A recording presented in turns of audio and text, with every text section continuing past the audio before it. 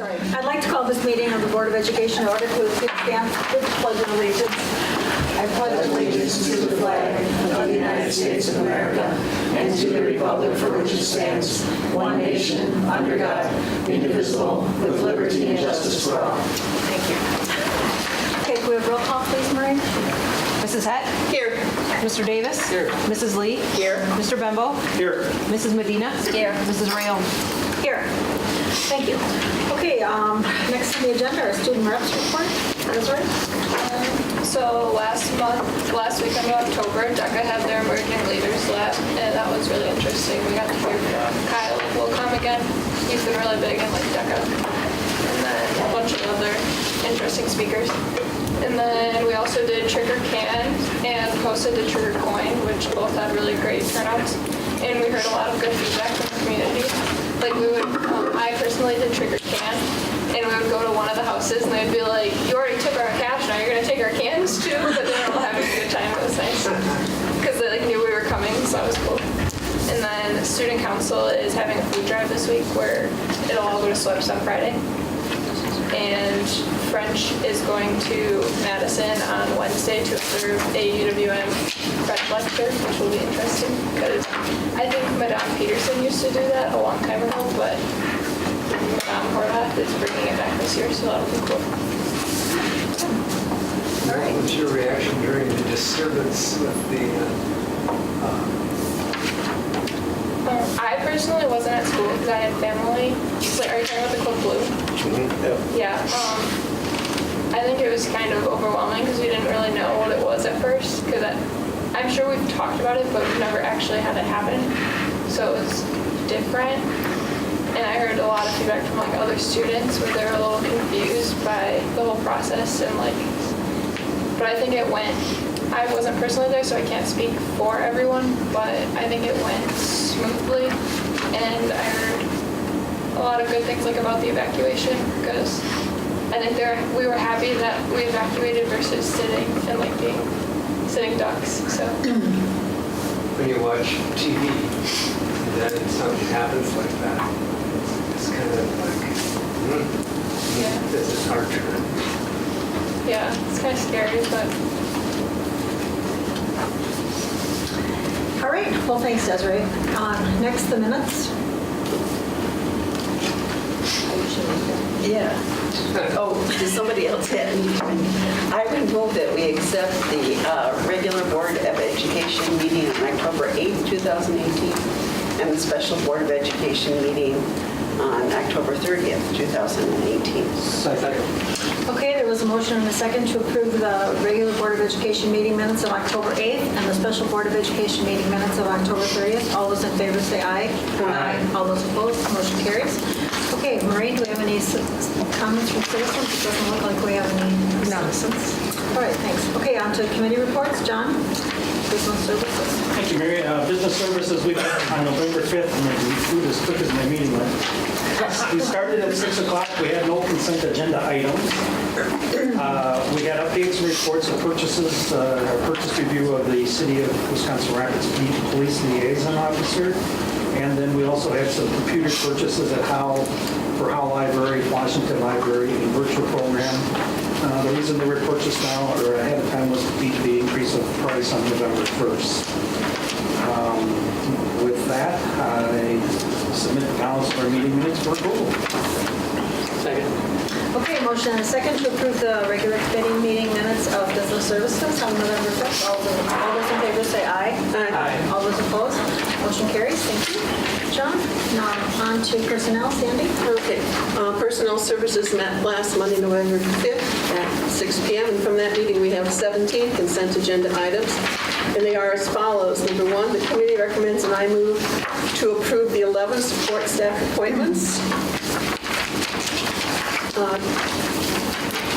2, the committee recommends and I move to approve the 3 support staff resignations. 3, the committee recommends and I move to approve the 1 non-represented certified staff resignation. 4, the committee recommends and I move to approve the 1 professional staff early retirement. The rest of these are policies. 5, the committee recommends and I move to approve board policy 731.2, use of electronic surveillance technology in public areas of school buildings and property for second reading. This was just another paragraph that was added. 6, the committee recommends and I move to approve Board Policy 374, Rule 1, guidelines for the control and maintenance of student record for second reading. This basically had 2 changes. We just crossed out junior high and put in middle school. And it used to be we could have 5 days to transfer records. Now it has to be the next working day. 7, the committee recommends and I move to approve Board Policy 522.3, employee misconduct reporting for second reading, and this is to be all deleted. We're just deleting the cross-references, I'm sorry. This policy states all the cross-references are deleted. 8, the committee recommends and I move to approve Rule 522.3, employee misconduct reporting procedures. A lot of this was dictated by statute, but the state said that we have to do lots of the information we have to supply to them. 9, Board Policy 343.4, course options programs. This is, the committee recommends and I move to delete this program because we no longer have course options. 10, the committee recommends and I move to delete Board Policy 343.4, rule procedures for handling course applications through course options program for second reading. It's deleted because we don't have that anymore. 11, the committee recommends and I move to delete Board Policy 342.8, Youth Options Program for second reading. Once again, we don't have this program anymore. It's deleted. 12, the committee recommends and I move to approve Board Policy 343.45, Technical College Course Program for second reading. This is an entirely new policy because it's a whole new program. 13, the committee recommends and I move to approve Board Policy 343.45, Rule Technical College Course Program, Start College Now procedures for second reading, new policy because it's a new program. 14, Board Policy, the committee recommends and I move to approve Board Policy 343.46, Early College Credit Program for second reading, new policy, new program. 15, the committee recommends and I move to approve Board Policy 343.46 Rule, Early College Credit Program Procedures for second reading. Once again, it's new policy. The committee recommends and I move to approve Board Policy 424, Participation of Non-Public School Students in District Programs and Activities for second reading. There was many changes to this. You had it in your background information. 17, the committee recommends and I move to approve the non-athletic co-curricular changes as presented to the committee. What it does, what we used to have voices and visions in junior high, and because of the restructuring, it was dropped. They want to start that once again at the middle school so that we're going to have visions and voices, and that's what this is. So is there anybody or anything that somebody wants held out? I want to hold out PS1, but also, I don't know if I misheard, but on PS6, I thought you said 374. I know it's 347. I just thought I heard 374. I thought 347? But it's 347. It is 347. Okay, and then PS1, let's see. I would like to exclude the district van driver because she hasn't responded to communication regarding her hire. So I would make a motion to approve 10 support staff appointments as printed. I'll second that. Okay, a motion and a second to approve the 10 support staff appointments as printed, excluding one that we just... Okay. Okay. All right. So we need a vote on the rest of the policy? Yes. So all those in favor, say aye. Aye. All those opposed? Okay, motion carries. Okay? And then we had a discussion on our open enrollment report for the 20... I'm sorry, did you take 2 motions or just one? Because I only had one. Yeah. You voted on the first one for the separate, for the PS1. Okay, we voted to take it out, so then we need the second. We need to vote on PS2 through 17. Okay. So then I make a motion to approve. Someone So I needs could have someone else make that motion. Yes. So you make the motion. I made a motion. Yeah, well, The committee recommends she and I did. move to approve She 2 did. through 17. Right, and then And I, nobody seconded. Oh, nobody all seconded. that. I don't believe. I okay. didn't hear anyone. Yeah, I didn't Second. either, so Second I'll from Larry. second that. Okay, so then all those in favor of that motion, the first motion, signify by aye. Aye. Yeah, First motion, what do you mean? well, the one that you held out, All the policies. Okay, Or, right? She made a motion on one. what have we voted on? 2 through 7 was just voted on now. 2 through 17, we just Right. voted on. 2 through 17, yeah, pardon me. Now we should vote on the one held out because we just voted on the ones that were okay. no, we did hold. We did. I heard the first motion be the one. On the one held out. Yes. That's what I heard. That's right. Okay, so you heard a motion on the one held out, so the second motion would be then 2 through 17. 2 through 17. And I second those, yeah. Okay. And I would say all those, did we vote on it? I know. One more vote is all you need. Okay. All those in favor say Aye. Aye. all those opposed, motion carries. Thank you. We had an update on our open enrollment updates. And this year, for the first time, we were kind of in the negative, in the hole. More were going out than coming in. But we're finding is a lot of parents want just a small district. And there's nothing we can do about that, you know? We're a large district, but some of them are just opting for district size. And that's what we see that we're experiencing this year. And with that, I would move that the minutes of the Personnel Services Committee of November 5th, 2018 be approved as printed. I'll second that. Okay, motion and a second to approve the meeting minutes of November 5th, 2018. And also we have the special. Right. And then we need, Can that go together? Or do we need 2 motions for that? No, you could do them together if you prefer. And also we need the special open and closed committee meeting minutes of October 3rd. All those in favor say aye. Aye. All those opposed, motion carries. Thanks, Ann. Okay, Ed Services, Ann?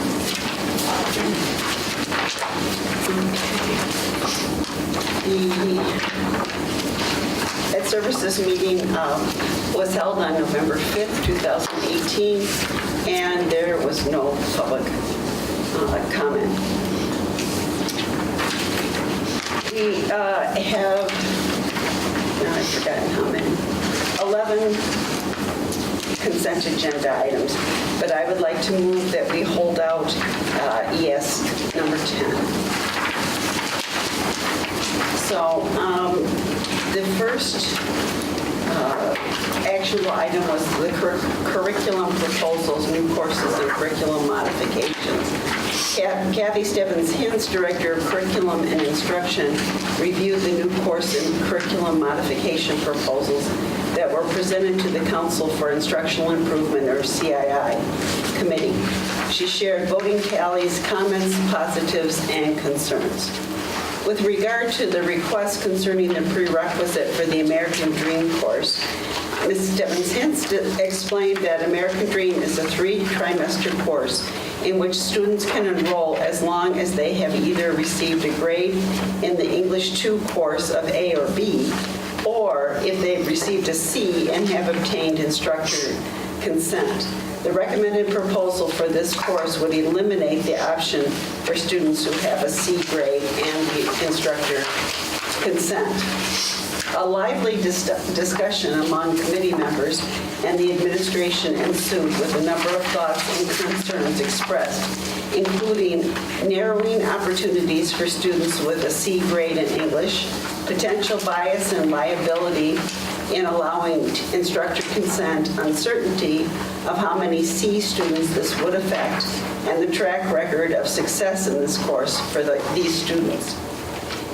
English Language Arts, or ELA, has a prerequisite requirement, while Social Studies does not. If instructor consent stays, some type of rubric providing evaluative criteria and established guidelines should be developed for consistency and equity. Prerequisites are required in place for particular courses, are currently in place for particular courses, but not all. Perhaps this should change, or at least be reviewed. Disadvantages to students failing in this 3-trimester 2-credit course. Dropping just the with teacher consent portion of their prerequisite, leaving the prerequisite of obtaining an A, B, B, or C intact, and having guidance counselor recommendations and input so that students can make well-informed decisions. Drop the prerequisite altogether and have school counselors work with students to inform them that if they did not receive an A or a B in English 2, that they may struggle more in the American Dream course. Eliminate the C with instructor consent option and instead take the average of the student's social studies and ELA scores to determine eligibility into American Dream based upon the grade A or B prerequisite requirement. Having district elementary schools moving toward the workshop model to teach writing may increase student ability for success in courses such as American Dream. And the final one, showing deference to the ELA group's opinions on the matter, as well as the CII vote of 17-3-5 was also taken into consideration. That 17 was 4, 3 no, and 5 unsure.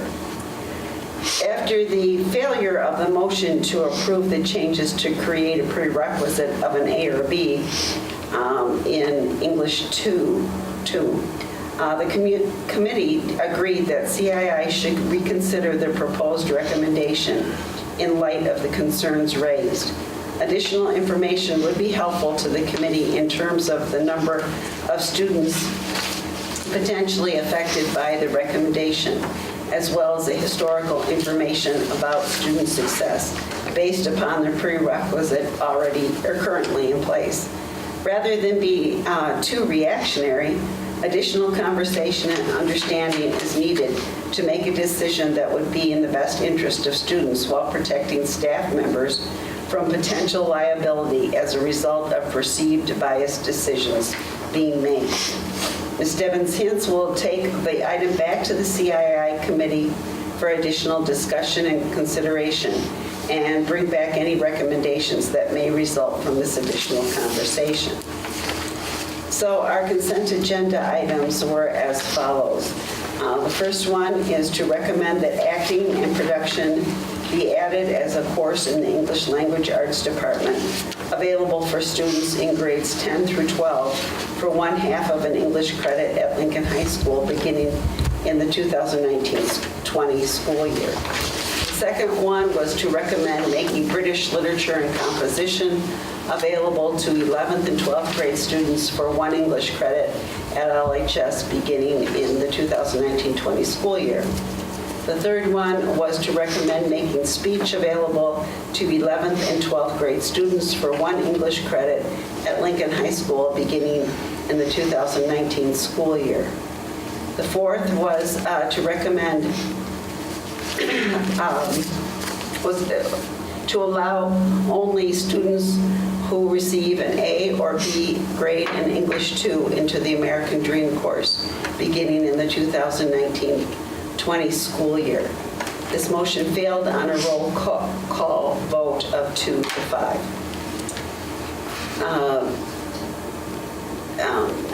Consent agenda item 5 is to recommend the addition of accelerated geometry as a course for high school students for 1 math credit at LHS beginning in the 2019-20 school year.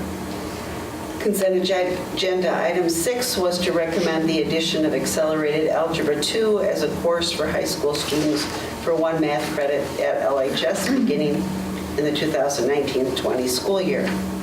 7 was to recommend the addition of accelerated pre-calculus as a course for high school students for 1 math credit at LHS beginning in the 2019-20 school year.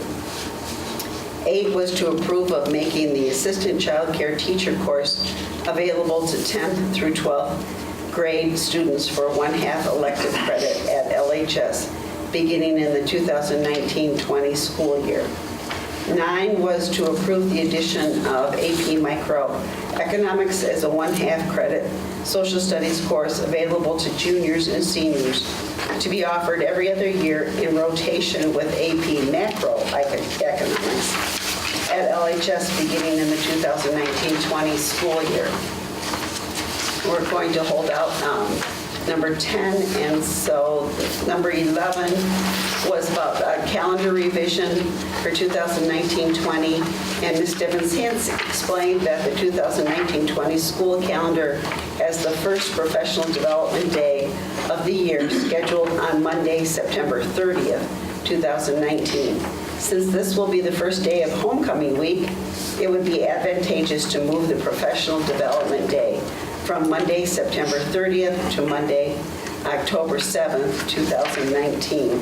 And so ES 11 is to approve of revising the 2019-20 WRPS school calendar by changing the professional development day scheduled on September 30th, 2019 to October 7th, 2019. And if I could have a motion to recommend ES 1 through 9 and 11, I would appreciate it. You made the motion, I'll second it. Yeah, I made the motion. Okay, a motion and a second to approve ES 1 through 9 and 11. All those in favor say aye. Aye. All those opposed, motion carries. Okay, then we can go back to ES 10. And this was the Start College Now applications. And Kathy presented a recommendation to approve of 22 students who applied to take 24 courses through Start College Now or SCN program at Midstate Technical College in the spring of the 2018-2019 school year. And we have another student. We had an additional request for a course. We have one additional student actually from River Cities who wants to take the nursing assistant course. So if we could just change that motion to approve 23 student applications. I so move.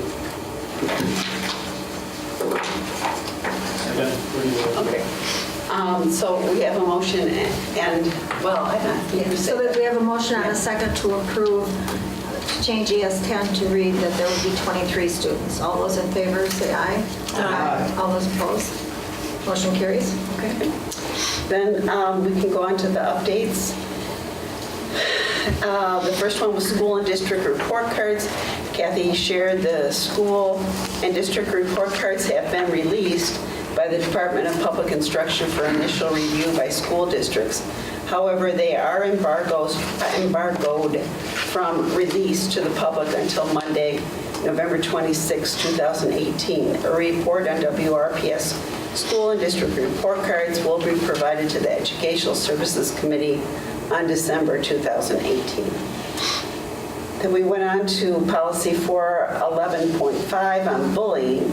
And Superintendent Burren explained that in light of public commentary made at the October 8, 2018 board meeting, Board Policy 411.5 pertaining to bullying is currently under review by the administration.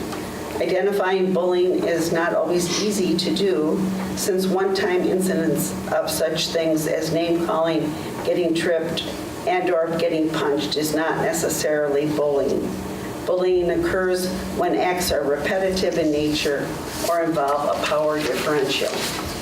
Mr. Burren wants to proceed carefully so as not to be too restrictive or constrictive with policy language that would inhibit an administrator's ability to be a rational decision maker based upon circumstances. Intervention, education, and having the latitude to apply appropriate consequences for students for various behavioral incidents, given circumstances involved, are all important pieces in the efforts to correct student misbehavior. Having conversation over time about bullying, mental health, and suicide will be important, as will be clarifying what is meant by the term zero tolerance. Building principals will be incorporating the entire contents of the bullying policy into student handbooks, beginning with the 2019 school year, 2019-20 school year.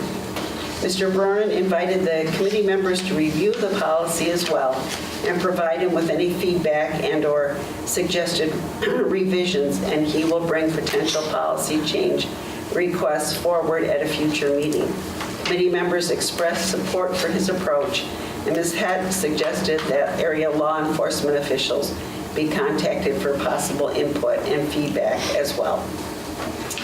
The third one was school-based mental health services grant.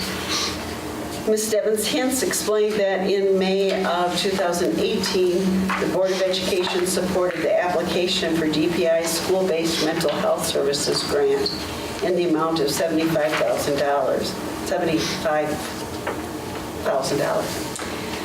WRPS received the grant and has begun implementing it in collaboration with community members, including mental health service providers. The requirement for professional development and parent outreach has been ongoing and will continue.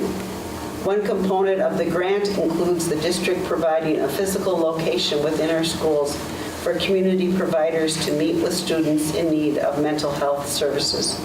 The district has been allowing this to some degree already in school buildings, and the grant will help to expand and pay for expenses such as equipment or supplies that providers might need while occupying these spaces to service students. As part of the grant, the district is also required to offer support groups, such as one for grief counseling for students. Lastly, the grant has forged a strong partnership with Riverview Aspirus locally, and they have developed a mental health clinic on the 4th floor of the local hospital to support such initiatives. A mental health navigator has been hired by Aspirus, which the grant pays for. The district is able to call on this individual for assistance in certain difficult student cases where additional services beyond what the district can provide might be needed. When questioned about what will happen in year 2 after grant dollars are exhausted, Ms. Stebbins Hintz explained that she is hopeful that Aspirus will be fully engaged after evaluating the need for these services within our community, and as a result, continue to fund the navigator position. The district is only one of 24 throughout the state to receive the grant. And Ms. Stebbins Hintz believes there may be a possibility for additional grant dollars to be requested if the district implements it well. Aspirus is taking the initiative one step further by writing a foundation grant to try to get more time for a social worker who performs clinical work directly with students in the district.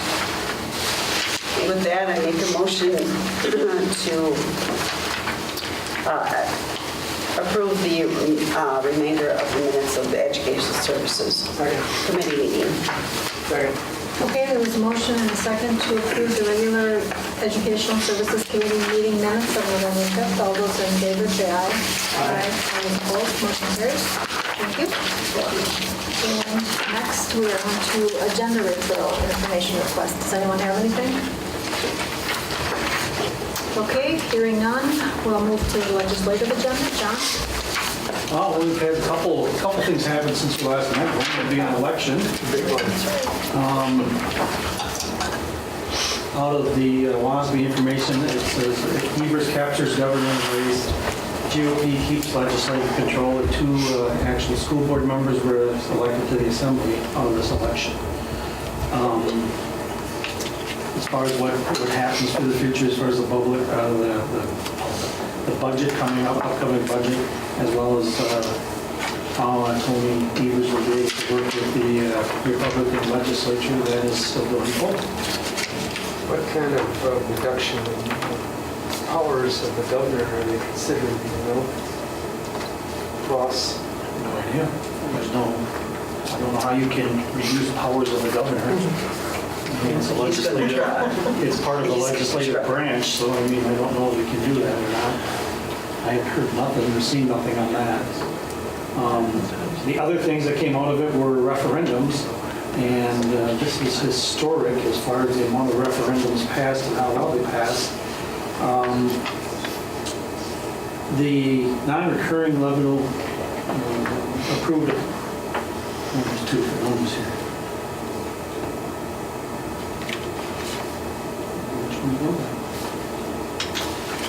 This one sheet here has, according to media reports, voters approved 21 of 24 ballot questions seeking approval of non-recurring revenue limit exemptions, and approved 13 of 14 questions asking for recurring exemptions.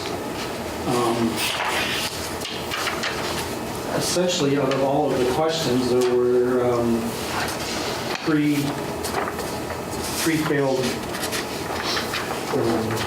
three failed referendum questions throughout the state. The total amount of money that was in this, $1.2 million of debt issuance statewide on November 6th. That comes on top of the $515.8 billion approved in the spring.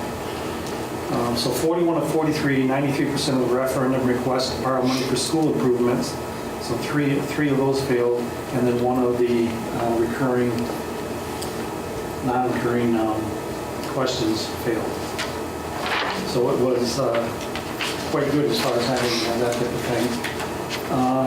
The last one I have, which is no big surprise, but it's going to be, and hopefully that's going to be something that will be addressed, is voucher expansion continues to drain state aid from public schools and boost property taxes. That's the one thing people don't understand about this voucher expansion, is that it still is coming off of the tax rolls. It's not magic money. It's not being provided by the state. School districts, our school district alone, last year we had just over $300,000 in voucher. This year we had a little over $900,000 in voucher money that we had to take off the tax rolls first, and then still do our budgets on top of that. So it's an issue that people don't understand, that they're still paying for it, and if their property taxes go up, Racine is probably the one that had the biggest increases, and they continue to because of the vouchers. And there's basically nothing a school district can do, because if the district doesn't levy for that money, you lose it. So we can never recover that $900,000 if we wouldn't levy for it. So it has to be levied for, otherwise within the funding formula we'd be penalized for it. And with that, there is one other thing here. There is a committee meeting on the Common School Fund, and that is on November 14th. There's that meeting for down in Madison. And this will be like their second meeting, I believe, on that. And part of that Common School Fund is the library aid money. And I'm still kind of puzzled on what their plan is, because in reading it, I'm not sure exactly. I don't know if you have a better clarification on what they're looking for, but I do not. it's very vague. It's vague for having a committee that has, and they've met. Even reading their minutes, it really doesn't tell you what their real mission is. Or I'll envy them, I guess, without saying it any different, what their envying is. So with that is all I have. Okay, thanks, John. Okay, next on the agenda, the bills. I would need action to I would approve. make a motion to note the receipts and pay the bills. But with that, I would also like to point out two big things. We've had $25,887.50 come back on Focus on Energy rebates for lighting projects that I just think, and what's GT? Grant. Thank you.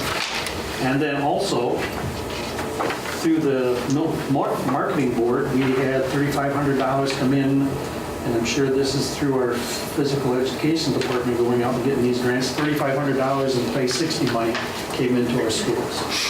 I think Woodside, Howe, and Grove received that money. Second.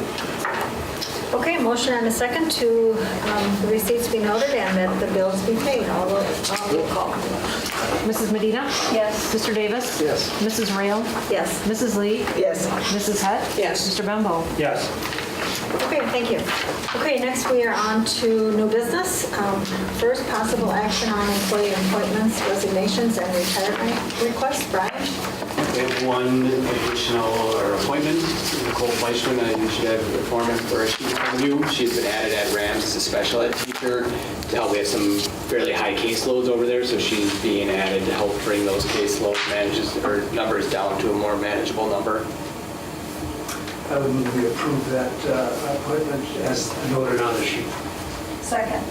Okay, motion and a second to approve the appointment. I didn't catch your name, so. Nicole. Okay, that Nicole Fleischman be approved. All those in favor say aye. Aye. All those opposed? Okay, motion carries. Thank you. All right, next, the proposed 2018 AFSCME Local 1075 Custodial and Maintenance Collective Bargaining Agreement.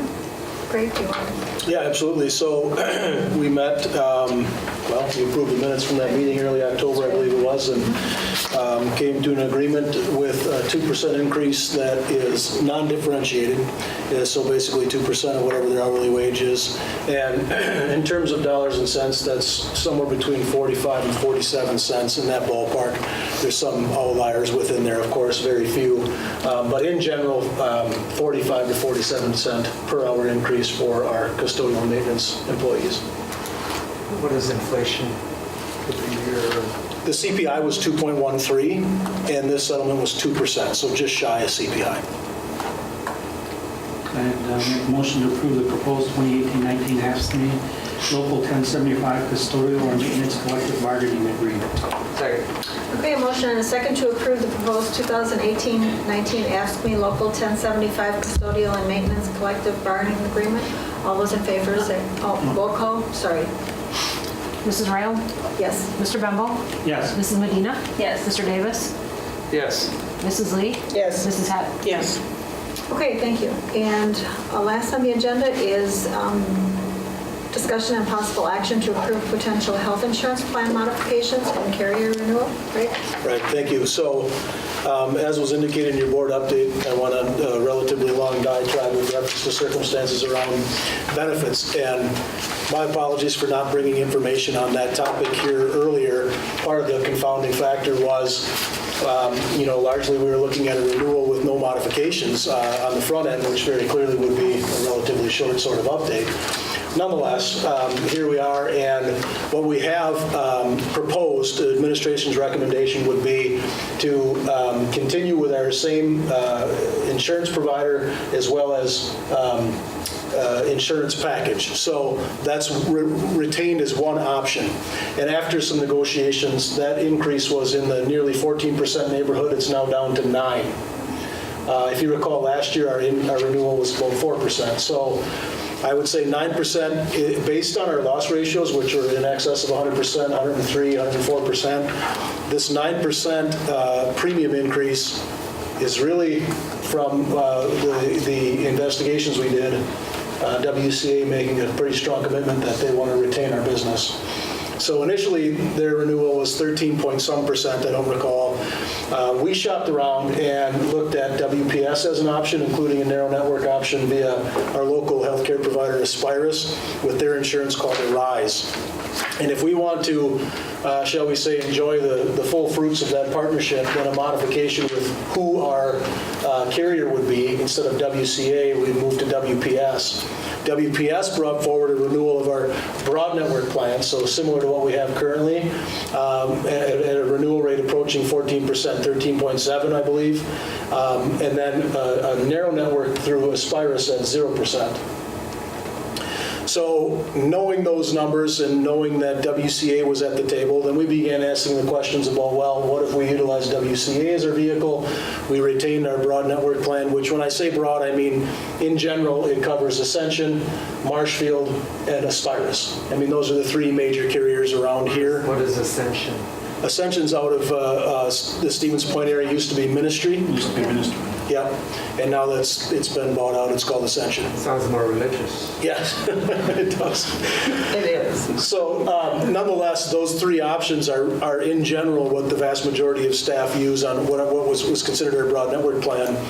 Throwing together some narrow network options into our current suite of choices for our staff members, which before was really one option. You had the broad network plan, and here's your premium if you want a single, if you want a family.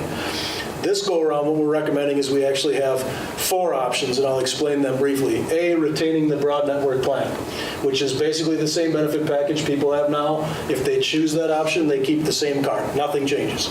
However, that premium goes up by 9%.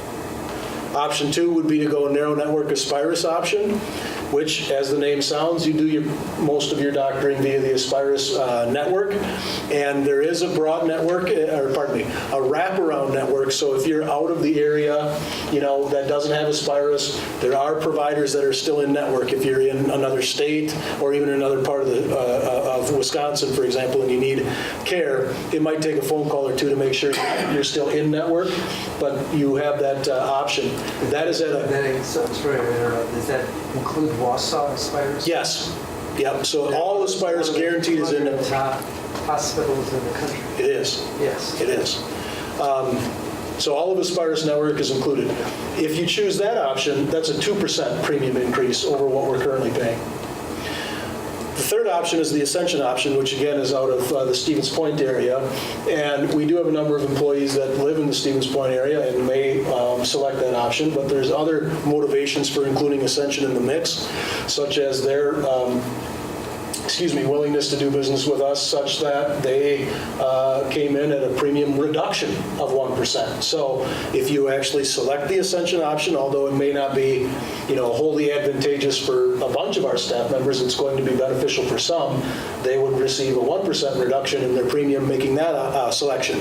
And Ascension, just like the Aspirus narrow network option, is very similar. So you do most of what you do through Ascension. However, there is wraparound and there is other alternatives within the state that are considered in-network, and then, of course, nationwide. Lastly, we've included a higher deductible plan, which, based on some initial intel, seems that there's going to be a handful of staff members that might select that option, and that is the broad network plan. So the first option that I discussed, same exact plan, but simply increasing the deductible from $2,000, $4,000 to $4,000, $8,000, and then the district does not shoulder any more burden. We do not transfer additional dollars into that HSA. We simply keep it at $1,500 and $3,000, just like we do for the other plan. Someone that might elect that plan would be a retiree trying to make ends meet, knowing what their benefit level is and trying to maintain. An individual that maybe is not a high healthcare user and is going to kind of roll the dice, as it were, to say, typically I only spend a couple $100 a year in healthcare, so I'll shoulder that liability in this high deductible and see what happens. Or it could be an individual that has an HSA dollar amount built up, via either deposits from this district or coming from another district. And as I said to Brian, I probably would be exercising that option if I didn't put braces on 4 out of my 5 family members over the last few years. I'd have some of those dollars in an HSA account. But nonetheless, that's a fourth option, and that's at a 10% premium reduction, 9.6, if you select that option. What ended up happening is, as we evaluated and examined these, that caused WCA to go, okay, we should probably come to the table with a pretty strong offer. Our representative from M3, John Preuss, indicates that he does feel that this is about as good as we could do with that 9%. So what you're asked to approve is basically the same health plan that we currently have with the options that I just noted. The issue is that we have no way, with a straight face and being completely honest with you, telling you how many staff are going to select which option. I'll speak personally because it's the only health information I can share. I plan to take the Aspirus option. So I know for a fact that there's going to be at least one staff member that's going to select the narrow network option. But I do think it's going to be a handful of others as well. And therefore, what you're asked to approve is this modification with the maximum outlay proposed of an increase of 9%. And that would be if absolutely every employee that is eligible for health benefits takes the current broad network plan and just stays with it. So very clearly, it's likely going to be less than that. How much less, we don't really know on the short term. Once the open enrollment's done and we get things totaled up and added, we will be able to give you what those numbers look like, number of staff invested in each of the options. Also, we should have a greater degree of reporting with reference to how these various sub-components of our plan perform. So, for example, we might see that the Ascension narrow network option has excellent loss ratios. Well, maybe those are in the 70, 80, 90%. And maybe Aspirus is not so good. We'll be able to evaluate and compare that data from our broad network plan. A lot of this is about writing the story as we move forward. One of the pieces that caused us to begin some kind of investigation around the narrow network option was the city of Wisconsin Rapids, for example, went with a narrow network option exclusively. They just went to Aspirus or EYES only. That's your choice. If you want the insurance, it's through Aspirus, period. And myself and our administrative team wasn't necessarily agreeable to say, let's go ahead and make that move, this quickly.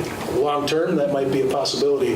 The other thing long term is you can maintain a broad network plan, but perhaps employees pay a greater portion of what that premium cost is versus the other plan. So you can incentivize staff to make choices in the future as well.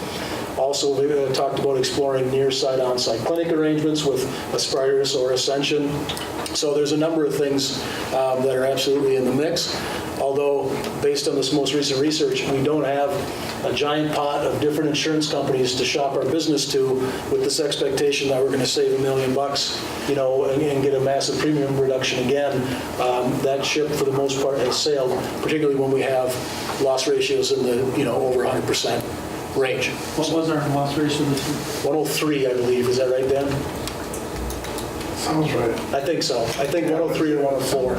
So you're trying to keep it about 101? No, well, You want to keep it at, their numbers for the insurance companies are like 85%. 85 to 90 is what they want to see. Right.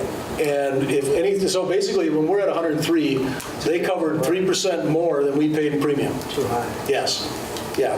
And, you know, very clearly, that's not going to sustain us. With interest for investments, so maybe in the future, but not right now. The only thought I have from being involved in this for a long time is that most people don't understand it all and are not interested in understanding it all. And now they really have to Yes. understand it. How will they be educated so that they can make the right decision? We have employee meetings, and in fact, because of the open enrollment period is coming up here in November, there was two actually that transpired today, one at 2:30, one at 4:15. We have another one Wednesday at 4:15, and then there'll be another Q&A session the 17th of November? 19th of November, right here in AB. We also are going to, once this is said and done, or we move past to some of the meetings, we're going to get an informational video of the session out to staff. And then we have to reach out to individual staff members where necessary, retirees included, to say, hey, which plan do you choose? Because every staff member that's going to take the benefit has to elect a plan, even those that are going to stay on the same. And need to stay in it the whole year? Yes. Yep, so they'd be able to jump around, but it would be within a 12-year or 12-month increment. 12-month, I'm yes. impressed with the negotiations. I don't think we've done this well previous times. I would say with the 103 losses, I mean, they did a good job but in the past, they've negotiated well to get us better rates. I know the only way we could probably do any savings possibly would be self-insured, but that's a whole nother ballgame. We did a cost-benefit analysis of self-insurance as well going through this, so there was a number of things that transpired talking about the benefit package. And as it stands right now, the advice that we're getting is that our numbers don't look advantageous to being self-funded. Because basically what, yeah, right. So although if we went to a self-funded model and cultivated a relationship with, you know, either a local organization like Aspirus or potentially somebody that wants to be competitive and play in the market with reference to what those premiums are on, like, you know, a stop loss or a catastrophic sort of backdrop, $75,000 or $100,000 deductible, and basically then we shoulder all of that additional liability. One of the approaches then is very individualized care for our high-cost sort of claims, which, as it stands now, there really isn't that approach to healthcare. With insurance and benefits long-term, you know, it's kind of like a race to the bottom. You don't want to get there first. You want to take steps to make sure that the incremental changes to your package are less bad than other places. I mean, really, that's what you're doing. And who knows 5 years from now where we're going to be. But clearly, you know, $20,000, $22,000 family plan and a 9% increase that's a lot of money. And, you know, you do that a couple of years, and all of a sudden now it's a much, much different conversation when nobody will come to the table to bid on you. And if they do, it's at a higher cost than what you're currently paying. And, you know, so we're going to have to answer some tough questions, I think, long term. But that's not unique to Rapids. That's absolutely, you know, statewide, nationwide. With reference to employee education too, Larry, we are giving rebirth to a employee insurance, health insurance committee. And we'll probably ramp that up. Brian's taking the reins there in January-ish to begin those conversations around here's where we are, here's where we want to be, talk about means by which we get there. Staff education is one of the pieces as well, not only about healthcare utilization, but also about, you know, again, writing our narrative. What are we supposed to do and where are we supposed to go, and getting some of that buy-in.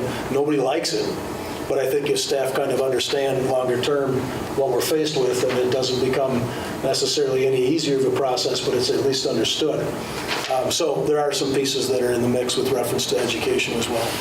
Some people are saving money with telecare. Would they, Yes, is that included at all? it is. Yep. What is the open enrollment period? The 15th through the 27th. No better.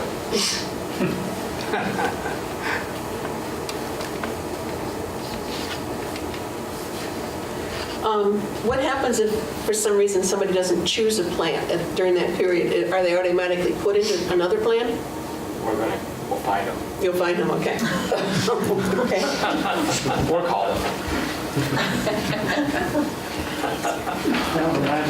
You'll find a motion to approve the 2019 District Health Insurance Plan renewal with WCA Group Health Trust at a maximum possible rate increase of 9%, implementing the plan modifications as proposed, and to continue the employer contribution to district employees' health savings accounts in an amount of $1,500 for employees carrying a single plan and $3,000 for employees carrying a family plan. Okay, a motion and a second to approve the 2019 District Health Insurance Plan renewal with WCA Group Health Trust at a maximum possible rate increase of 9%, implementing the plan modifications as proposed, and to continue the employer contributions to district employees' health savings accounts in an amount of $1,500 for employees carrying a single plan and $3,000 for employees carrying a family plan. All those, do we have a roll call, please? Mrs. Lee? Yes. Mr. Davis? Yes. Mrs. Hutt? Yes. Mrs. Medina? Yes. Mr. Bembo? Yes. Mrs. Rayon? Yes. Okay, and with that, the calendar is printed. I think we have a meeting on December 3rd, which is the end of the year. So with that, we're adjourned. Thank you, Mary.